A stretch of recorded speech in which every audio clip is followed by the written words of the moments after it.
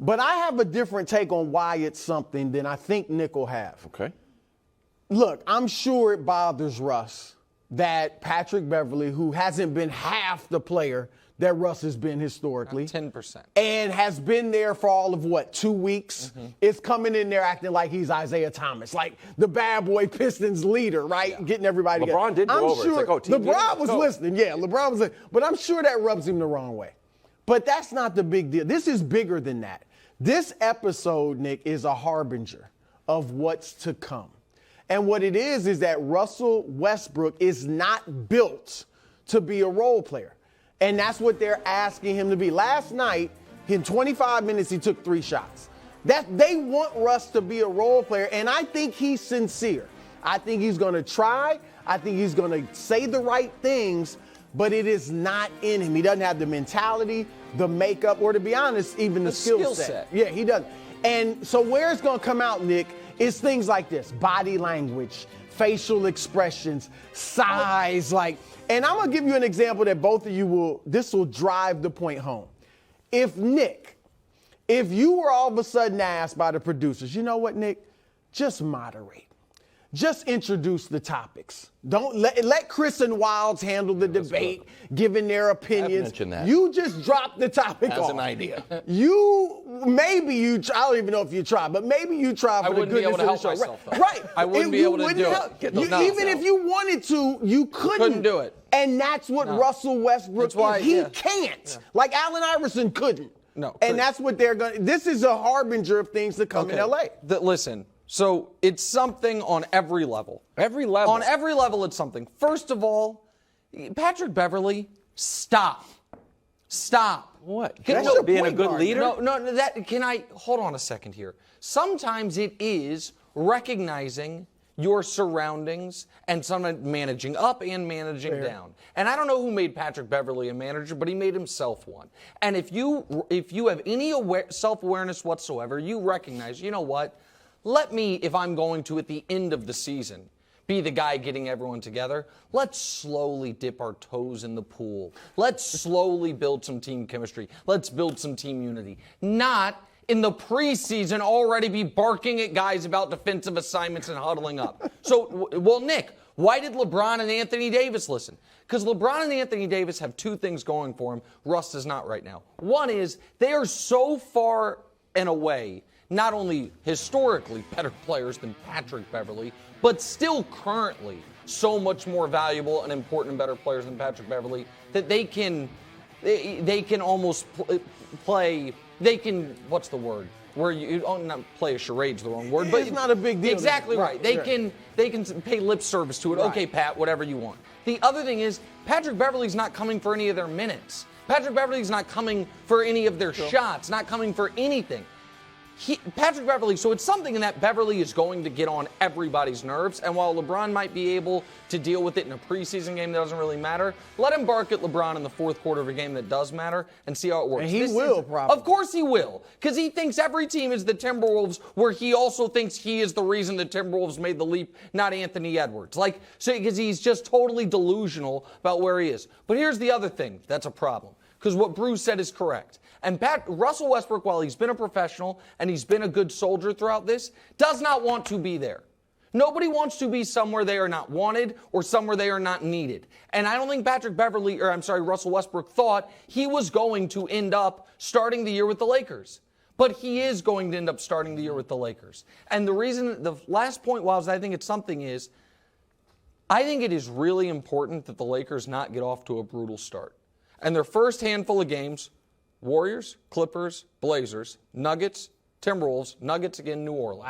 Wow. That's risky. Now the West as a whole is brutal, but that could be 2-5. That could be 1-6. Yes. If Portland's the only one. Portland's in there, the only one in there that you are certain the Lakers are better than. Portland's the only one in there you're certain the Lakers are better than.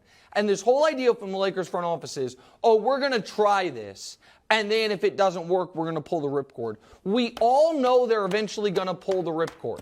And you're going to wait 2 weeks, you're going to wait 6 weeks. I don't know how long you're going to wait, but by the time you do, you're going to be starting from a disadvantaged position. Because not only will you already be behind the standings, not only will you have to build team chemistry on the fly, but these moments of learning to deal with Patrick Beverley and learning to play together with whomever is going to replace Russell Westbrook could have been done in the preseason. Instead, they're going to be done when you're already in 9th place. And so it's just incredibly frustrating. It's the frustration coming out.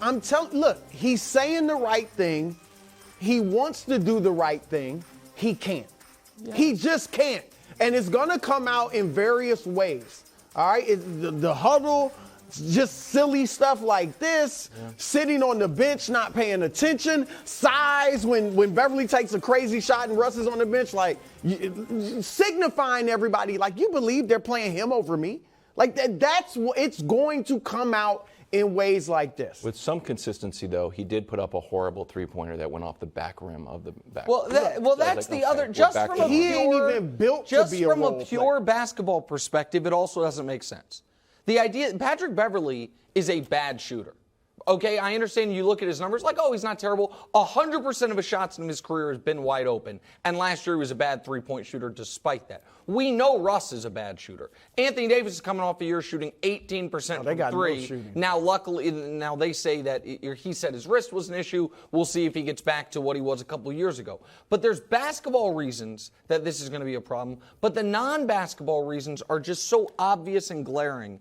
And it is shout out to Pelinka for his freshly minted extension, but it is baffling to me that they have not. They are going to try to run this thing back with the minor tweak. I like that. To Pelinka from Pelinka. This looks good. Sign there. And here's the other thing. If Russ could be a role player, right? If he's fine setting screens, running, back cuts and just running the floor. If he were good with all that and the body language wasn't bad, guess what? He's not Russell Westbrook. You're not getting the benefit of having him there. Right. You might as well be playing Austin Reeves because he's probably a better role player than Russ is. I know, but that's where I think they're at. Let's check in on the Fox Bet odds for the Lakers championship. Currently at number 7. It's 1,300. Nick, do you think it's more likely the Lakers win a title or miss the playoffs, which they're going to do? Okay. Well, I'll be very clear. I am not picking either of these things to happen. I do not think the Lakers are going to miss the playoffs, and I obviously do not think they're going to win the title. Okay. But if I'm forced to, if you were telling me one of those two things is going to happen, then I'll say win the title, because some things would have to happen. They'd have to trade Russ. Anthony Davis and LeBron would have to stay healthy, right? Those are the things that would have to happen.